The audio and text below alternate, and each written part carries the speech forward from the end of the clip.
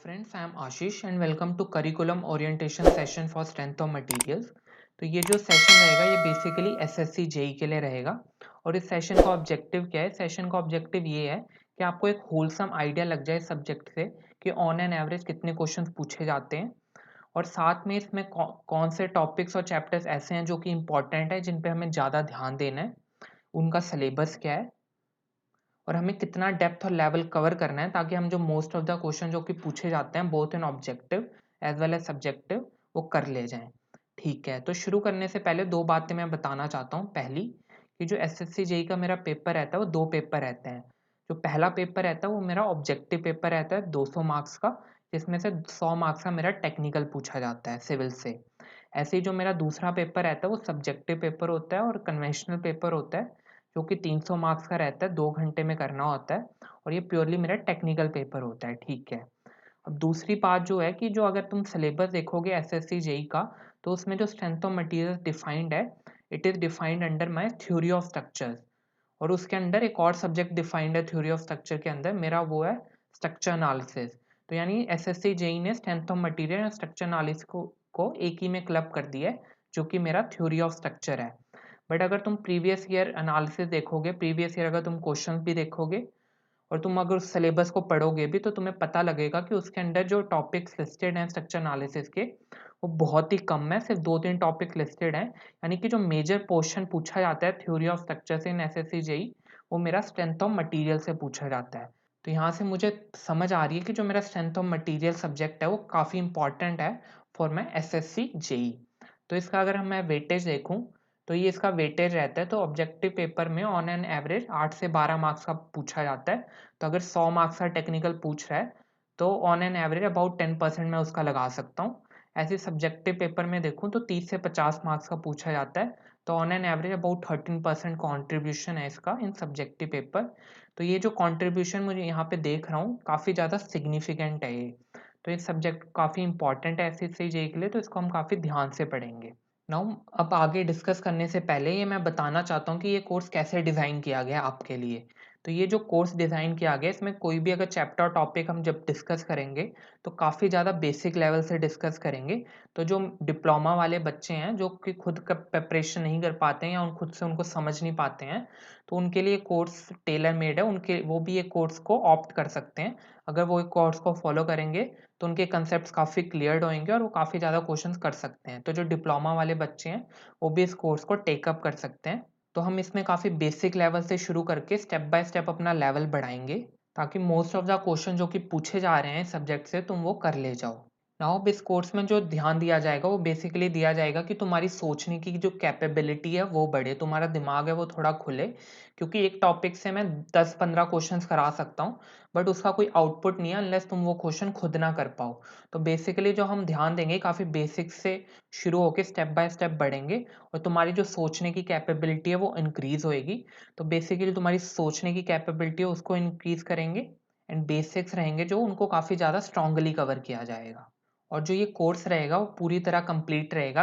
कोई भी जब टॉपिक डिस्कस कर रहे होंगे, तो उसके साथ जो कन्वेंशनल क्वेश्चन पूछे जा सकते हैं या बन सकते हैं, उसको हम उसी टाइम पे साथ में डिस्कस कर लेंगे, ताकि जो तुम्हारा कंसेप्ट है वो और ज़्यादा बेटर क्लियर हो और तुम उस टॉपिक को थोड़ा बेटर अप्रिशिएट कर पाओ। नाउ अब तुम जानते हो कि जो एसएससी जेई का लेवल रहता है वो गेट और ईएससी से कम रहता है, both in terms of depth as well as questions quality. But कुछ क्वेश्चन ऐसे रहते हैं जो गेट और ईएससी से डायरेक्टली यहाँ पे रिपीट होते हैं। तो ऐसे क्वेश्चंस भी हम क्लास में डिस्कस करेंगे जो कि पूछे जा सकते हैं। और जो इस कोर्स का लेवल रहेगा वो एसएससी जेई से थोड़ा ऊपर रहेगा। यानी अगर तुम उस लेवल को अंडरस्टैंड कर पा रहे हो, उसका 80-90% भी तुम अंडरस्टैंड कर पा रहे हो, तो तुम जो मोस्ट ऑफ द क्वेश्चन जो कि पूछे जा सकते हैं तुम कर पाओगे। तो जो हम लेवल बना के रखेंगे क्लास में, वो थोड़ा ऊपर बना के रखेंगे जो कि एसएससी जेई में पूछा जा सकता है। तो नाउ अब इसका सिलेबस देखते हैं। तो इसका जो सिलेबस है, these are the chapters, these are the broad chapter जो कि स्ट्रेंथ ऑफ मटेरियल्स में आते हैं। और इन चैप्टर्स को मैंने डिफरेंट कैटेगरीज में डिवाइड किया हुआ है इन टर्म्स ऑफ इम्पॉर्टेंट। और वो कैटेगरीज क्या हैं? Gold, silver and bronze. In terms of important मैंने इन सारे चैप्टर्स को डिफरेंट कैटेगरीज में डिवाइड किया है। तो गोल्ड जो कैटेगरी रहेगी, वो सबसे ज़्यादा वो जो चैप्टर रहेगा वो मेरा काफ़ी इंपॉर्टेंट चैप्टर रहेगा। जो सिल्वर कैटेगरी में होएगा वो मीडियम इंपॉर्टेंस का रहेगा। और जो ब्रॉन्ज कैटेगरी में होएगा, it is not so important. तो वन बाय वन इन चैप्टर्स को डिस्कस करते हैं कि इनमें इंपॉर्टेंट कंसेप्ट और की कंसेप्ट क्या रहते हैं जो कि पूछे जाते हैं मोस्टली, और इनका लेवल क्या रहता है, हमें कितना इस पे ध्यान देना है।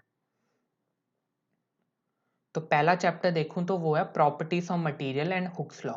तो ये जो चैप्टर रहता है ये फाउंडेशन है स्ट्रेंथ ऑफ मटेरियल्स का। तो इसके अंदर जो basic stress and strain concept discuss किए जाएंगे वो सारे के सारे कंसेप्ट यूटिलाइज होंगे फर्दर चैप्टर्स में। तो ये चैप्टर इटसेल्फ काफ़ी ज़्यादा इंपॉर्टेंट है इन टर्म्स ऑफ फाउंडेशन, और as well as in terms अगर मैं प्रीवियस ईयर का एनालिसिस करूं, प्रीवियस ईयर भी देखूं, तो ऑब्जेक्टिव और सब्जेक्टिव में भी ये जो पर्टिकुलर चैप्टर है उससे काफ़ी ज़्यादा क्वेश्चन पूछे गए हैं। तो इसके अंदर अगर मैं इंपॉर्टेंट टॉपिक्स देखूं तो वो कुछ हैं। स्ट्रेस स्ट्रेन कर्व है। अब stress strain curve mild steel से काफ़ी ज़्यादा ऑब्जेक्टिव क्वेश्चन पूछे जाते हैं, तो स्ट्रेस स्ट्रेन कर्व को काफ़ी हम डिटेल में डिस्कस करेंगे। यहाँ पे एक बात जो बताना चाहता हूँ मैं, यहाँ पे जो मैंने इंपॉर्टेंट कंसेप्ट और टॉपिक लिस्ट आउट किए हैं उसका मतलब ये नहीं है कि इसके अलावा जो मैं कंसेप्ट डिस्कस करूंगा क्लास में वो इंपॉर्टेंट नहीं रहेंगे, वो भी इंपॉर्टेंट है। बट दीज आर सम की कंसेप्ट जो कि तुम्हें पता ही होने चाहिए अगर तुमने वो चैप्टर पढ़ लिया है एक बार। तो ये सारे कंसेप्ट तो तुम्हें एटलीस्ट पता होने चाहिए। और प्रीवियस ईयर का अगर हम एनालिसिस भी देखें तो ऐसा देखा गया कि इन सब जो टॉपिक्स मैंने लिस्ट आउट किए हैं इनमें से मैक्सिमम नंबर ऑफ क्वेश्चन पूछे गए हैं इस चैप्टर से। तो ये कुछ इंपॉर्टेंट टॉपिक्स हैं जो कि तुम्हें एटलीस्ट पता होने चाहिए आफ्टर स्टडिंग दिस चैप्टर। तो पहला स्टेस्टिन कर्व है। तो स्टेस्टिन कर्व माइल्ड स्टील का बहुत इंपॉर्टेंट रहता है, तो उसको हम काफ़ी डिटेल में भी डिस्कस करेंगे। फिर उसके बाद है प्रॉपर्टीज ऑफ मटेरियल। तो प्रॉपर्टीज ऑफ मटेरियल से भी बहुत सारे ऑब्जेक्टिव क्वेश्चन पूछ लिए जाते हैं कि इलास्टिसिटी क्या रहता है। 4 मटेरियल दे देंगे, तुम्हें पूछेगा इनमें से सबसे अधिक इलास्टिक कौन है। डक्टिलिटी और ब्रिटलनेस में कंपैरिजन कर लेगा। तो काफ़ी ज़्यादा मतलब प्रॉपर्टीज ऑफ मटेरियल से भी ऑब्जेक्टिव क्वेश्चन पूछे जाते हैं जो कि अगर तुम्हें पता है तो तुम काफ़ी आराम से कर ले जाओगे।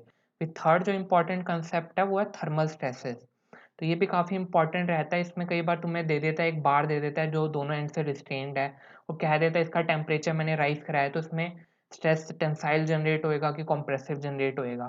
तो ऐसे सिंपल सिंपल क्वेश्चन पूछ लेता है। कॉम्पोजिट बार दे देगा, उसको रिस्ट्रेन कर देगा, उसमें बोल देगा कि अगर टेम्परेचर चेंज कर दिया तो कैसे स्ट्रेसेस आएंगे।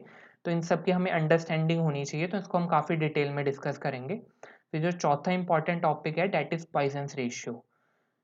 तो पॉइजन्स रेशियो बेसिकली क्या रहता है, जब मैं लॉन्गिट्यूडिनल एडजर से किसी बार को एक्सटेंड कर रहा हूँ तो लेटर डायरेक्शन में उसकी डायमेंशंस कैसे चेंज हो रही है, तो वो मैं बता पाता हूँ बाय यूजिंग पॉइजन्स रेशियो। तो पॉइजन्स रेशियो की लिमिट से बहुत बार क्वेश्चन पूछ लेता है कि अपर लिमिट क्या रहती है इसकी, लोअर लिमिट क्या रहती है। कुछ इंपॉर्टेंट मटीरियल्स के पॉइजन्स रेशियो डायरेक्टली पूछ लेता है, तो ये भी काफ़ी इंपॉर्टेंट है। और फिर है relationship between different elastic constant. Elastic constant क्या रहते हैं, जैसे मॉड्यूलस ऑफ इलास्टिसिटी हो गया ई, मेरा मॉड्यूलस ऑफ रिजिडिटी हो गया जी, बल्क मॉड्यूलस के हो गया। तो इन सब के रिलेशनशिप में बहुत सारे क्वेश्चन पूछे जाते हैं, both in objective as well as subjective. तो ये सब्जेक्टिव से भी काफ़ी इंपॉर्टेंट टॉपिक है। तो ये जो चैप्टर है ये इसका जो लेवल रहता है गोल्ड रहता है, मतलब काफ़ी ज़्यादा इंपॉर्टेंट चैप्टर है ये। इससे objective as well as subjective से बहुत क्वेश्चन पूछे जाते हैं। और ये मेरा जो चैप्टर है ये फाउंडेशन रहेगा। नेक्स्ट जो चैप्टर डिस्कस करूंगा तो इसको समझने काफ़ी अच्छी तरह समझेंगे, काफ़ी ध्यान से समझेंगे इस चैप्टर को। नाउ जो नेक्स्ट चैप्टर है it is my bending movement and shear force. तो ये बेंडिंग मूवमेंट और शेयर फोर्स चैप्टर है, ये भी काफ़ी ज़्यादा इंपॉर्टेंट चैप्टर रहता है। ये तुम हार्ड कह सकते हो सिविल इंजीनियरिंग का।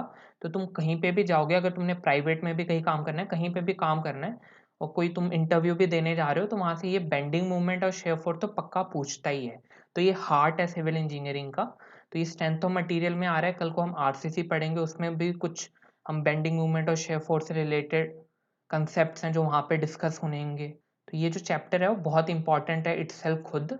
तो इसमें जो इम्पॉर्टेंट टॉपिक्स रहते हैं वो क्या रहते हैं, इसमें हमने समझना होता है कि डिफरेंट टाइप्स ऑफ सपोर्ट्स क्या रहते हैं। हिंज सपोर्ट किसको कहते हैं, रोलर सपोर्ट किसको कहते हैं, फिक्स सपोर्ट किसको कहते हैं, कितनी रिएक्शन जनरेट होती हैं। और एक बार ये समझ लिया तो फिर जब एक्सटर्नल लोडिंग से सब्जेक्ट किया किसी स्ट्रक्चर को तो उसकी रिएक्शंस कैसे कैलकुलेट करेंगे, इससे बहुत बार ऑब्जेक्टिव में क्वेश्चन पूछ लेता है। और एक बार वो समझ गए तो फिर हम ये देखेंगे कि बेंडिंग मूवमेंट और शेयर फोर्स होता क्या है, उसके डायग्राम्स कैसे प्लॉट करेंगे। तो डायग्राम प्लॉट करने पे बहुत ज़्यादा क्वेश्चन पूछे जाते हैं। जो स्टैंडर्ड डायग्राम्स हैं उससे डायरेक्टली ऑब्जेक्टिव में क्वेश्चन पूछे जाते हैं, और जो कन्वेंशनल क्वेश्चन है उस कन्वेंशनल में भी इससे बहुत बेंडिंग मूवमेंट और शेयर फोर्स जो डायग्राम है उससे बहुत ज़्यादा क्वेश्चन पूछे जाते हैं। हर साल कम से कम एक क्वेश्चन तो इससे आता ही है।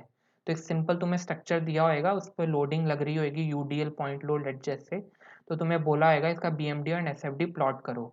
तो ये काफ़ी ज़्यादा इंपॉर्टेंट रहता है both for objective and conventional point of view. तो इसको भी मैं, इस जो चैप्टर है इसका जो लेवल रखूंगा वो मैं गोल्ड रखूंगा, ये काफ़ी ज़्यादा इंपॉर्टेंट चैप्टर है। नाउ नेक्स्ट जो चैप्टर रहता है वो मेरा जो डिस्कस करेंगे हम वो मूवमेंट ऑफ इनर्शिया रहेगा। अब जो ये जो चैप्टर रहता है वो काफ़ी टीचर निग्लेक्ट करते हैं, इसको डिटेल में नहीं पढ़ाते हैं। तो जो काफ़ी समझ लेते हैं कि बच्चों को इसके कंसेप्ट सारों को पता ही होंगे, बट काफ़ी बच्चों को इसके कंसेप्ट नहीं पता होते हैं, तो आगे वो पूरे स्ट्रेंथ ऑफ मटेरियल में स्ट्रगल करते हैं। तो ये जो मूवमेंट ऑफ इनर्शिया अभी पढ़ेंगे, तो कल को जो बेंडिंग स्ट्रेस पढ़ेंगे या शेयर स्ट्रेस पढ़ेंगे उसमें भी ये कंसेप्ट यूज होंगे for solving some conventional question. और ऑब्जेक्टिव में भी टॉपिक से डायरेक्टली बहुत ज़्यादा क्वेश्चन पूछ ले जाते हैं। तो ये जो मूवमेंट ऑफ इनर्शिया में इंपॉर्टेंट जो टॉपिक्स रहते हैं वो रहता है कि कुछ स्टैंडर्ड शेप्स रहती हैं जैसे रेक्टेंगल, ट्रायंगल, स्क्वायर, सर्कुलर, तो उसका मूवमेंट ऑफ इनर्शिया क्या रहेगा, और कुछ इंपॉर्टेंट डेरिवेशंस रहती हैं। उसके अलावा दो इंपॉर्टेंट थ्योरम डिस्कस करते हैं इसमें, parallel axis theorem and perpendicular axis theorem, जो कि काफ़ी ज़्यादा इंपॉर्टेंट रहती हैं। तो इस चैप्टर से इटसेल्फ ही ऑब्जेक्टिव में भी और कन्वेंशनल क्वेश्चन में डायरेक्टली क्वेश्चन पूछ लेता है। डायरेक्टली तुम्हें कोई शेप दे देता है कन्वेंशनल में, उसका बोल देता है कि उसका CG बताओ और उसका मूवमेंट ऑफ इनर्शिया बताओ अबाउट दिस एक्सिस। तो ये काफ़ी ज़्यादा इंपॉर्टेंट चैप्टर है, तो इसको हम, इसका भी जो लेवल देंगे हम गोल्ड देंगे, यानी काफ़ी इंपॉर्टेंट है। इसका जो अंदर कवरेज है वो बहुत बहुत कम है, इसके अंदर जो टॉपिक्स कवर करने वाले हैं वो बहुत कम है, बट जो इससे पूछा जाता है वो बहुत ज़्यादा पूछा जाता है, बहुत ज़्यादा मार्क्स का पूछा जाता है। इसलिए जो मैंने इसका लेवल रखा है वो गोल्ड रखा है, तो हम कम मेहनत में ही इससे काफ़ी ज़्यादा क्वेश्चंस कर सकते हैं। ठीक है। नाउ जो नेक्स्ट चैप्टर रहता है वो मेरा रहता है बेंडिंग स्ट्रेस चैप्टर। तो इसमें जो इंपॉर्टेंट टॉपिक्स रहते हैं, इसमें हम एक फ्लेक्सुरल फॉर्मूला पढ़ते हैं और उसके अंदर कुछ अजम्पशन रहती हैं उसको डिराइव करने के लिए, तो ये सब चीज़ें पूछ लेता है वो। सेक्शन मॉड्यूलस डिस्कस करते हैं, उससे रिलेटेड क्वेश्चन पूछ लेता है ऑब्जेक्टिव और सब्जेक्टिव में। और मूवमेंट ऑफ रेजिस्टेंस का कंसेप्ट रहता है। तो ये सब कुछ मोटे मोटे की कंसेप्ट रहते हैं जो कि हमें बेंडिंग स्ट्रेस से पता होनी चाहिए, और जिसका लेवल रहता है सिल्वर रहता है, यानी जो इसकी इंपॉर्टेंस है वो मीडियम इंपॉर्टेंस रहता है। ठीक है। नाउ नेक्स्ट जो चैप्टर होता है वो मेरा रहता है शेयर स्ट्रेस। तो इसमें जो इंपॉर्टेंट टॉपिक्स रहते हैं, हम एक शेयर स्ट्रेस फॉर्मूला डिराइव करते हैं। तो वो फॉर्मूला हमें पता होना चाहिए सब्जेक्टिव के लिए भी ऑब्जेक्टिव के लिए भी। और शेयर स्ट्रेस डिस्ट्रीब्यूशन हमें पता होना चाहिए डिफरेंट क्रॉस सेक्शन के लिए शेयर स्ट्रेस कैसे डिस्ट्रीब्यूट हो रहा होगा, उसका शेप क्या रहेगा। तो वो काफ़ी ज़्यादा पॉपुलर टॉपिक है फॉर माई ऑब्जेक्टिव। तो इसका भी जो लेवल रहता है वो सिल्वर रहता है, यानी इसका मीडियम इंपॉर्टेंस रहती है सब चैप्टर की। नाउ जो नेक्स्ट चैप्टर है it is my transformation of stress and strain. तो इसमें क्या करते हैं, लेट जैसे कोई हमें स्ट्रेस स्टेट दी हुई है, तो हमें किसी एंगल थीटा पे कहीं पे स्ट्रेस निकालना है, तो वो हम ट्रांसफॉर्मेशन फॉर्मूलाज यूज करके निकाल लेते हैं। तो इसके अंदर जो इंपॉर्टेंट टॉपिक्स रहते हैं वो मेरा स्ट्रेस ट्रांसफॉर्मेशन फॉर्मूलाज होते हैं, वो हमें पता होना चाहिए। हमें प्रिंसिपल स्ट्रेसेस पता होने चाहिए वो क्या होते हैं। मोहर सर्कल के कुछ की कंसेप्ट होते हैं जो तुम्हें पता होने चाहिए। और लास्टली थ्योरीज ऑफ फेलियर्स रहती है 5, उससे भी बहुत सारे क्वेश्चन पूछे जाते हैं। तो इसका जो लेवल रहता है वो सिल्वर रहता है। तो ये ऑब्जेक्टिव और सब्जेक्टिव दोनों के लिए इंपॉर्टेंट रहता है, पर इतने ज़्यादा क्वेश्चन नहीं पूछे गए हैं इसलिए इसको मैंने सिल्वर कैटेगरी में रखा है। ठीक है।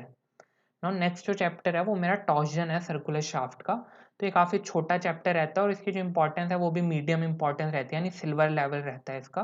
तो इसमें जो की टॉपिक जो तुम्हें पता होने चाहिए, टॉर्जनर फॉर्मूला हम डिराइव करते हैं जस्ट लाइक बेंडिंग। जहाँ पे हम फ्लेक्सर फॉर्मूला डिराइव करते हैं, यहाँ पे हम टॉर्जनर फॉर्मूला डिराइव करते हैं।